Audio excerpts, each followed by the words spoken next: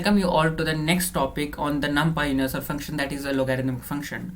First of all, before discussing about the logarithmic function, we need to discuss about what is actually a logarithm. Logarithm defines how many times a problem or a number can be divided with respect to 2 or 10 until we get quotient as 1. For example, if you have 4, a 4 is divided by 2 twice to get the quotient as 1. For example, here we have the log to the base 2 with a value, and we're gonna consider 4 as our example.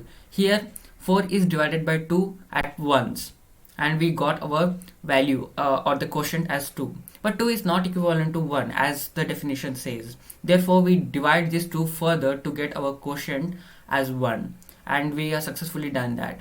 For this particular one, we divided 4 twice, and therefore the log of 4 with respect to base 2 is 2, and you can check this particular value using log to the base 2 of 4 in your calculator. You're gonna get the value as same as 2, and this is what it defines. And we have the log to the base 10 of the value. Here we gonna consider 100 as a value, and I'm going to take 100 here. 100 by 10 is equal to 10, and we got the 10 as the quotient, but 10 is not equivalent to 1 as the definition says. Therefore, we divide this 10 further to get our value. Now we got our quotient as 1. Therefore, to get 1, we have divided 100 twice by the 10, and we got our value as 2. Means because it is a twice, we got our value as 2. And you can check this particular log to the base 10 in your calculator with respect to 100. You're gonna get the value as a 2, and this is what a log defines. This is actually definition of a log. And where we use this logarithm, does it has any significance in machine learning and the data analysis? Yes, it has a lot of significance. For example, here we have the array from 1 to 8, and we want to find some value, whether this particular value is present in this particular array or not. And for that purpose, we're gonna search every other element. For example, I want to search whether 5 is present in this particular array or not. The machine is gonna search every other element. It is gonna take the 5 as value, and it is gonna compare with the 1 whether 5 is equal to 1. No, it is not. Then it is gonna consider 2. Is 5 is equivalent to 2? No. It is gonna consider 3. Is 5 is equivalent to 3? No. It is gonna consider 5 equivalent to 4. No, it is not. And at last it is gonna consider 5 is equivalent to 5. Yes, it is. Then it is gonna terminate saying that yes, 5 is present in this particular array. And here the problem is that if the value is present at a first site, you are going to get your value. But what if your value is at end here?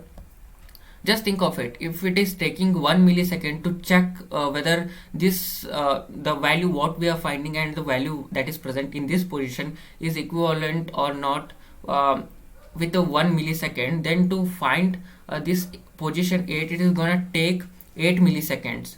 For this 1 millisecond, 1 millisecond, 1 millisecond, 1 millisecond, 1 millisecond, and like this, it is gonna take 8 milliseconds to find this value. And if you are having hundred and thousands of values, it is gonna take 1000 milliseconds. That is actually very complex. In such case, the computer scientists found a new way using this logarithmic function to find the value. This is a binary search that you are gonna get in the algorithms. Here you have this 1 to 8 array. Here what we gonna do, first of all, if we have a value 8, we gonna take the middle values. Like for we have the 8 values, either we gonna get 4 as a middle value or 5 as a middle value, and we are going to check whether 4 is equivalent to 8. For that we gonna take 1 millisecond, and if 4 is equivalent to 8, our function is done. But 4 is not equivalent to 8, therefore it is gonna check whether this particular 8 is greater than 4 or less than 4.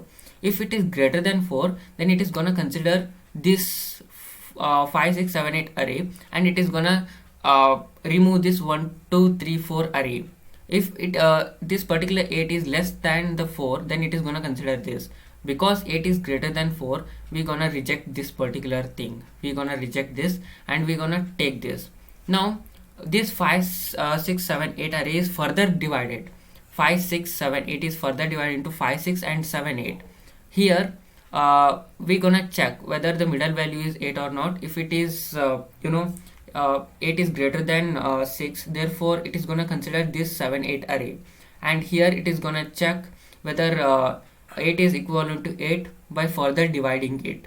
Here, as you can have a look at here, first this whole array is divided into two sub arrays. For that we take 1 millisecond, and to divide this 5 6 7 8 into further, we're gonna take another 1 millisecond, that is 2 millisecond, and last to find this 7 8 we're gonna take another 1 millisecond. Therefore for 3 millisecond we have successfully found out the value, and with a normal search we have took 8 millisecond, whereas in the binary search we took only 3 milliseconds to find the answer. And this is the beauty of logarithmic or log function, and because of which we're gonna use this logarithmic function in data science and machine learning to find out the simplest values.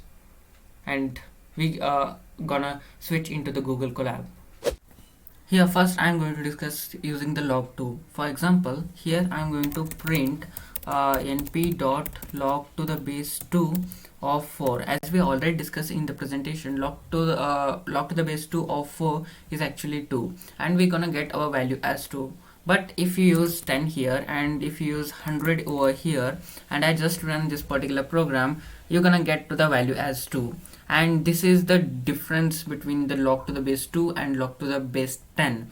And we have the natural log. Natural log is represented with log to the base e, means log to the base 2.17. If I change it to 2.17 and I just run this, we're gonna get the value, wait a second, 2.71 equivalent to 1, like because we do not have anything over here like 2 or 10. It is considered as e. The value of e is 2.71.